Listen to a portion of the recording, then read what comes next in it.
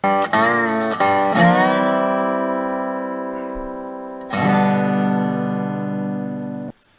morning, everybody, and welcome back to Coffee with Craig, where we talk about all things firearms, firearms policy, politics, culture, media, you name it. We're talking about it right here on Coffee with Craig.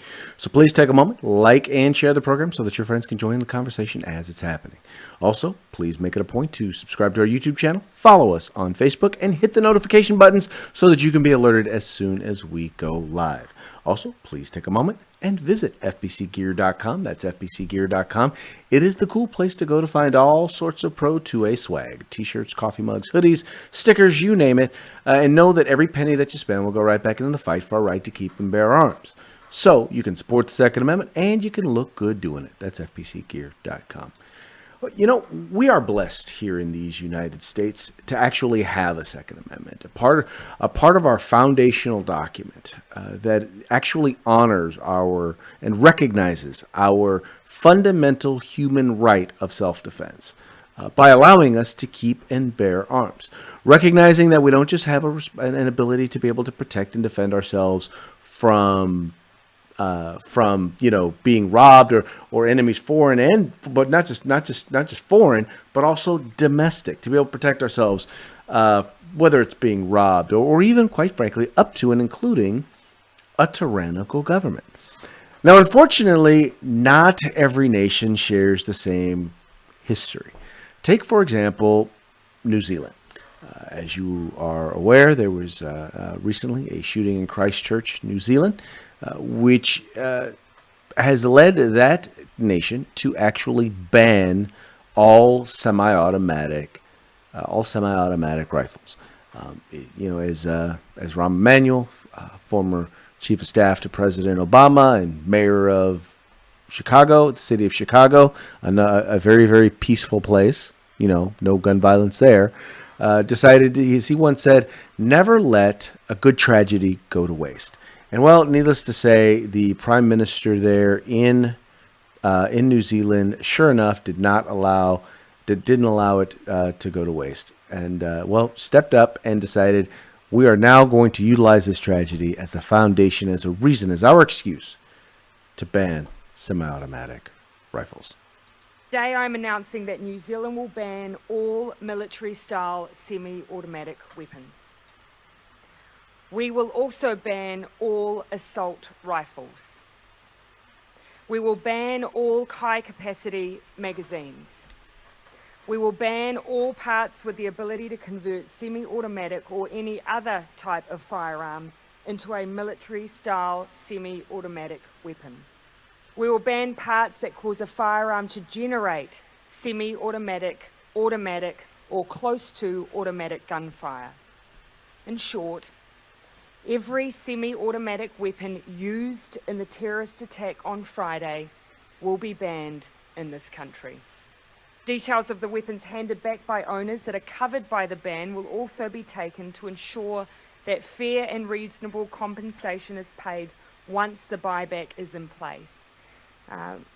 But though I think what's important now is that New Zealand public is galvanised, and I would hope that politicians are galvanised behind these changes. Thank you. Okay, so while her first response is, well, she believes that the public is galvanized, one of the things that's actually been, interestingly, that's been noted by law enforcement has been that they don't expect compliance. As a matter of fact, they expect the exact opposite. They expect massive non-compliance with this particular law. In other words, they're basically anticipating that of the millions of guns, and they do believe that there are millions of guns, at least well over 1 million there in New Zealand, they're expecting probably less than 10,000 are actually going to be turned in. Now, they don't have gun registration, so they don't know who actually owns firearms. There. In fact, here's a statement that they made during their press conference that law enforcement made. Deputy Police Commissioner Michael Clement was told a news conference on Thursday that they are not sure how many guns they would receive, as New Zealand has no law requiring people to register firearms. It's a great unknown question. Everybody appreciates that there is no registration of firearms with regards to the type of firearm we're talking about, Clement said. So in other words, okay, so I was a little bit incorrect. Not that they don't have a requirement to register. I honestly don't know if they have a requirement to register. But they don't have the requirement to say what type of firearm it is. So they don't know if someone owns a semi-automatic rifle or a military-style assault weapon, a military-style rifle. Which, by the way, is interesting because I want you to keep in mind, she said that they're banning all semi-automatic firearms. And I'm assuming that means handguns as well, which is just about all well, not just, with the exceptions of, say, Derringers, single shots, and revolvers. We're talking about most handguns are going to be banned under this. In addition to anything that might actually take a firearm, and basically what it sounded to me like, anything that may allow a firearm to fire faster is something that is now going to be banned. Is now something that is not going to be included amongst the items that individuals are going to be allowed to own. Now, mind you, it's not just the law abiding that they're expecting to not comply. There's also been information that's come out that, well, gangs have decided that they're not going to comply either. This individual here, he is a member of the largest gang there in New Zealand. They're native to, most of them are actually native there to New Zealand. And their whole perspective is, quite frankly, this. They're like, look, how many of these mass shootings have been committed by our people, by Maori, by people who are from New Zealand? He's like, with the exception of when you Europeans came here and tried to steal our land and steal our women and kill us off, we're not the ones committing these crimes. In fact, you're the ones committing crimes on us. And we know that we won't be safe. If we give our guns up, we won't be safe. We need to be able to protect ourselves. Now, I'm assuming that they also mean he's saying we need to protect ourselves from you, Madam Prime Minister. The interesting thing about this whole thing, and this is the thing no one brings up. So the guy who did this was the guy who did the shooting. He went and shot up the mosque, was a white supremacist. And before he went, it was the funniest thing because, his whole goal was, quite frankly, he wanted this to happen. He wanted for the media and he wanted for the politicians to start to usurp the rights of individuals. Because here's what he knew. He knew that once the media started going and once the politicians started going, in particular there in New Zealand, that they would ban the guns. And then law-abiding citizens, or people who are law-abiding and don't want to break the law, will turn in their firearms. And then guess what? The white supremacists will have their firearms. They won't be disarmed. No, the only people that will be disarmed are the people who need protecting from those white supremacists. Those are going to be the individuals who are not going to be disarmed. And that's the crazy thing about this whole thing, is that the Second Amendment is about you being able to protect and defend yourself. Because they understood, look, it's always been, gun control has always been about disarming undesirable people. When I say undesirable by the majority, or by the government, the people who are in power, right? They want to make sure that those who their subjects are in a position to be subjected to whatever it is that they want. And unfortunately, that's something that just, I think a lot of people there in New Zealand just don't get. In fact, it's clearly something that the Prime Minister doesn't get.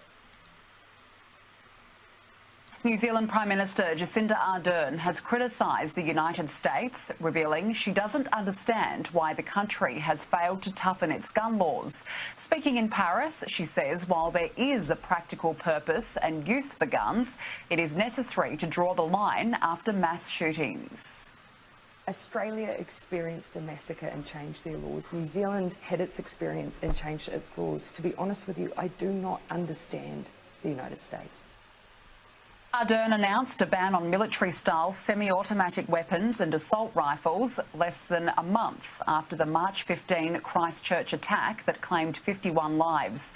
The Kiwi leader is in Paris hosting a summit on online extremism alongside French President Emmanuel Macron. Of course she doesn't get it, because here's the thing. She thinks it's a gun issue. She doesn't get that it's a people issue, that in this case, it's a hate issue. It's an individual with a hateful mentality who decided that he was going to utilize a firearm, that he was going to utilize a tool. If it wasn't a firearm, it had been a bomb. If it wasn't a bomb, it had been a truck. He was going to exercise, he was going to do something, utilize something in order to attack people. But the thing was that he was so strategic in what he did. The sad part is that he knew these people so well. He knew them so well. He knew exactly how they would react. And guess what? They've done exactly what he wanted them to do. They've now disarmed individuals who would potentially stand up to them. Because like I said before, they're not going to give up their guns. Which is something that I don't understand why. I just don't get why gun grabbers don't understand this. Gun control laws only affect the law-abiding. The people who you don't want to carry guns on campus are going to ignore the gun-free school zone signs. The people who you don't want to have magazines that hold more than 10 rounds are going to ignore those, and they're going to have magazines that hold more than 10 rounds. The people who you don't want to have firearms with or military style rifles, whatever the hell those are, whatever the hell a military style weapon is, that is a sign. By the way, when you hear someone say that, unless they are quoting someone else, when you hear someone refer to something as a military style rifle, that is someone who does not know what the hell they're talking about. They are reading some script somewhere. Period. That turns a firearm into a semi-automatic. What turns a firearm into a semi-automatic? I mean, that's the sort of stuff, though, that you're dealing with. That's the sort of ignorance that you're dealing with. But ignorance is, part of what they do. But once again, they will not allow a tragedy. They will not allow a good tragedy to go to waste. And so what they're seeing now is mass compliance. And they're going to see it because, for example, they banned bump stocks in these United States. And I'm guessing that other than the bump stock manufacturer, who turned in all of their bump stocks and then summarily sued the government. That's a great way to take care of your inventory. Go ahead and turn it in because they banned it, and then sue them to force them to pay you for it. Not a bad idea. It's a good way, I guess, to increase sales. But other than that, no one else is turning in their bump stocks. Every municipality that's banned it, or every state that's banned it, guess what? No one is turning in their bump stocks. When they banned magazines, guess what? No one turned in their magazines. Whenever they ban something, people who own it they're not giving it up. They're just deciding. Normally, people who are law-abiding citizens are deciding, I'm sorry, this is my right. I have a right to defend myself, and I'm not giving that right up. This is what happens. So when we say that they're making criminals out of law-abiding citizens, this is exactly what it is that we're talking about.